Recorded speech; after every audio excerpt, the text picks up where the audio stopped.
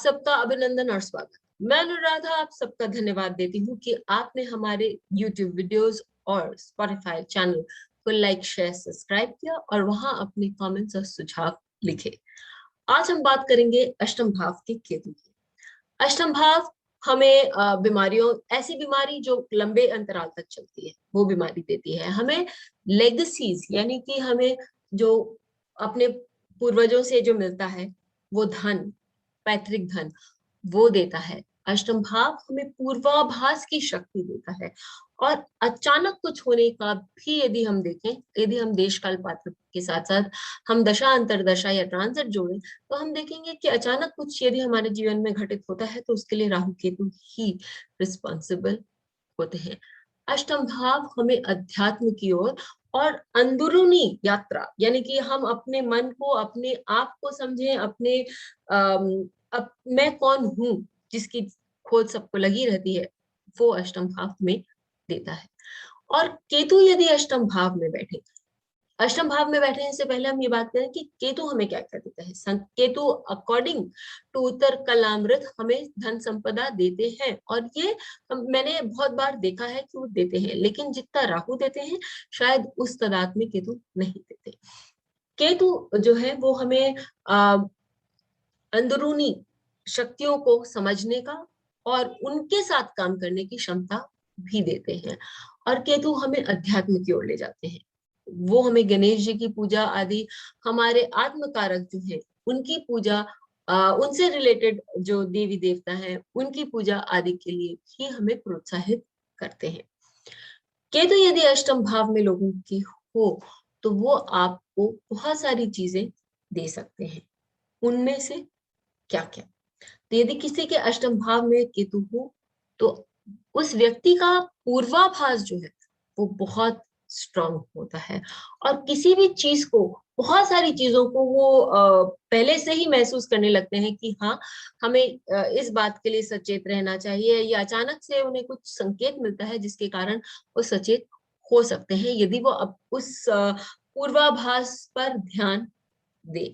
तो अष्टम भाव का केतु दूसरों की जो मनोस्थिति है और दूसरों का धन, उसको किस तरह से समझे ये भी आपको क्षमता देता है। अष्टम भाव आपके पार्टनर्स या जो कि प्रोफेशनल भी हो सकते हैं या कोई बाहर का व्यक्ति हो सकता है, उनके बारे में, उनकी जो मनोस्थिति है, उनका जो दिमाग किस तरह से काम करता है वो समझने की क्षमता देता है, क्योंकि केतु ऑलरेडी एक साइकिक ग्रह है। केतु ऑलरेडी दूसरों को समझना, परिवेश को समझने की क्षमता देता है। तो वो व्यक्ति अपने धन का अपना किस तरह से यूज करेंगे वो भी आपको समझ में आता है और साथ ही वो उस व्यक्ति की मनोस्थिति या उसकी जो मेंटल स्टेट है उसको समझने में आपकी सहायता करता है। वो आपको स्पिरिचुअली आगे बढ़ाने की क्षमता देता है। अपने देश काल पात्र के साथ साथ वो समय क्या चल रहा है आपके लाइफ में, केतु का कहीं योगदान है दशा अंतर दशा प्रत्यंतर में, उसका ट्रांजिट किस प्रकार है, उसके साथ ये यदि हम जोड़े तो ये बातें और भी अच्छे से हमें समझ में आएंगी। क्योंकि अष्टम भाव आपको अंदरूनी जर्नी देता है, आपको आइसोलेशन देता है कि आप दूसरों से हटकर अपने बारे में सोचें। और केतु भी वो प्लैनेट है जो कि आपको अंदरूनी दृष्टिकोण देता है। तो वो इनवर्ट जर्नी जो व्यक्ति करना चाहता है, अष्टम भाव में केतु उनको वो करने देते हैं। इनफैक्ट उनको वो प्रोग्रेस करवाते हैं।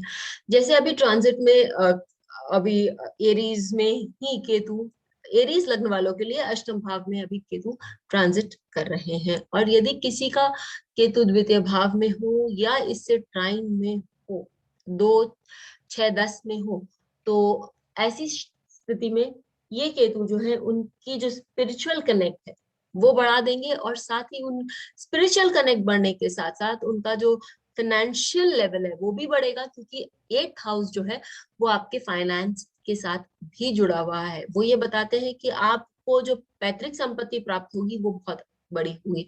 स्पिरिचुअलिटी और फाइनेंशियल ग्रोथ यदि आप देखेंगे तो वो एक साथ बहुत अच्छे से होती है।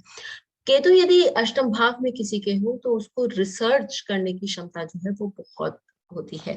यहाँ पर मैं आप लोगों को एक बहुत ही फनी चीज जरूर बताना चाहूंगी कि मैंने देखा है कि जो नोबेल लॉरेट्स होते हैं, और उस पर मैंने एक वीडियो भी बनाया है, द्वितीय भाव का राहु। द्वितीय भाव में राहु क्या क्या गुण दिखाते हैं, तो वो व्यक्ति को पढ़ने के लिए बाध्य करते हैं। उनका, ऐसे लोगों का पढ़ाई के प्रति बहुत खिंचाव होता है। लेकिन यदि राहु द्वितीय भाव में होगा तो केतु अष्टम भाव में होना अनिवार्य है। आप देखेंगे कि नोबेल लॉरेट्स में से बहुत सारे ऐसे लोग हैं जिनके अष्टम भाव में केतु है।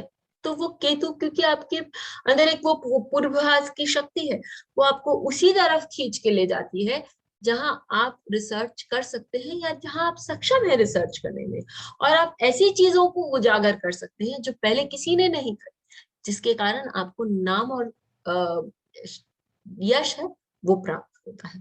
तो केतु आपके अष्टम भाव में आपको रिसर्च की ओर ले जा सकते हैं। अब वो डिपेंड करता है कि आपका अष्टम भाव कौन सा है।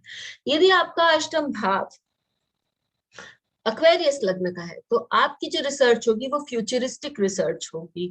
आप किसी कलपुर्जे के बारे में या किसी मशीन के बारे में या किसी टेक्नोलॉजी पर रिसर्च करेंगे और चीजें बाहर लाएंगे।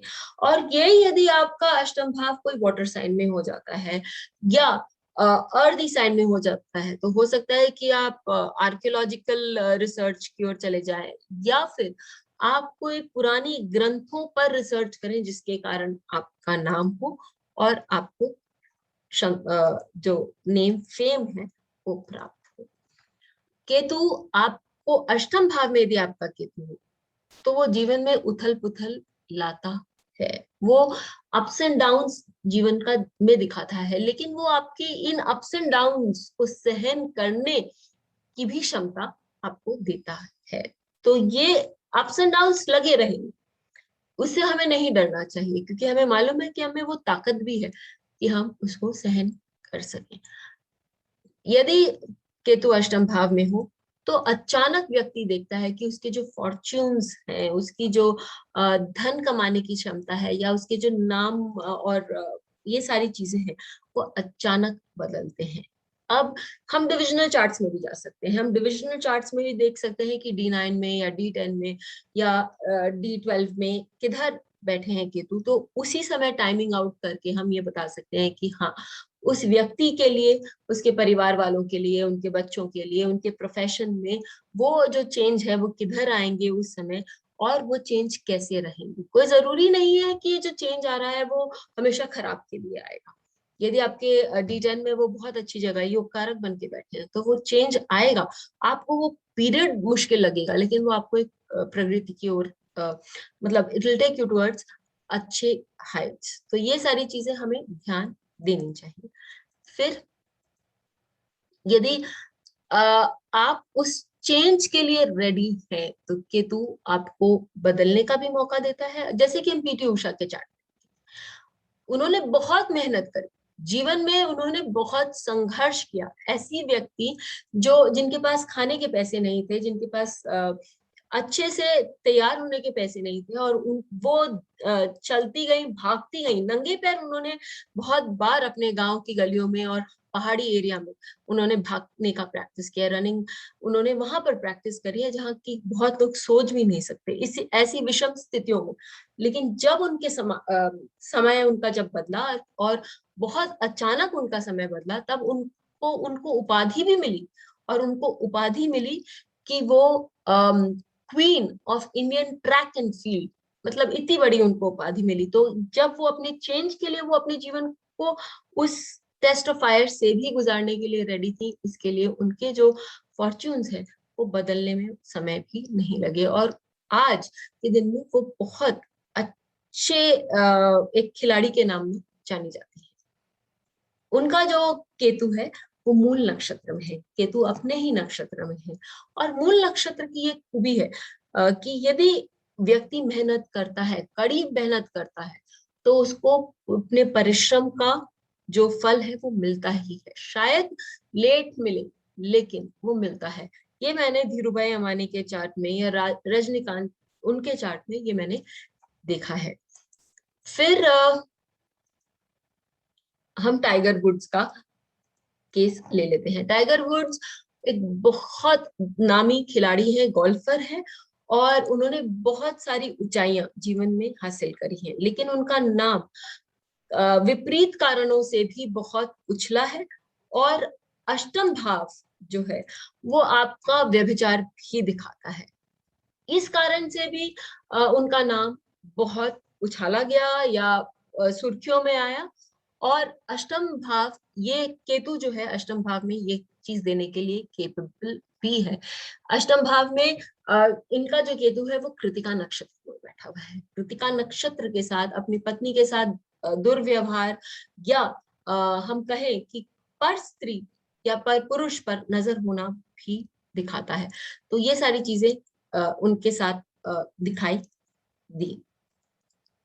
फिर हम चार्ट लेते हैं विश्वनाथन आनंद का। विश्वनाथन आनंद का यदि हम चार्ट देखें तो विश्वनाथन आनंद के चार्ट में केतु जो उनका है वो 22 डिग्री का लियो राशि में अष्टम भाव में यानी कि पूर्व फाल्गुनी नक्षत्र में विद्यमान।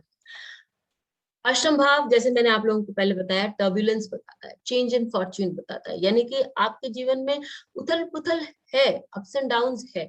और यदि हम सोचे कि चेस एक बहुत ही इजी गेम है तो शायद हम बेवकूफी कर रहे होंगे, क्योंकि चेस में आपको केवल अपने मूव्स ही नहीं देखने पड़ते, आपको ये भी सोचकर चलना पड़ता है कि सामने वाला क्या क्या गेम खेल सकता है, उस हिसाब से हम करते हैं।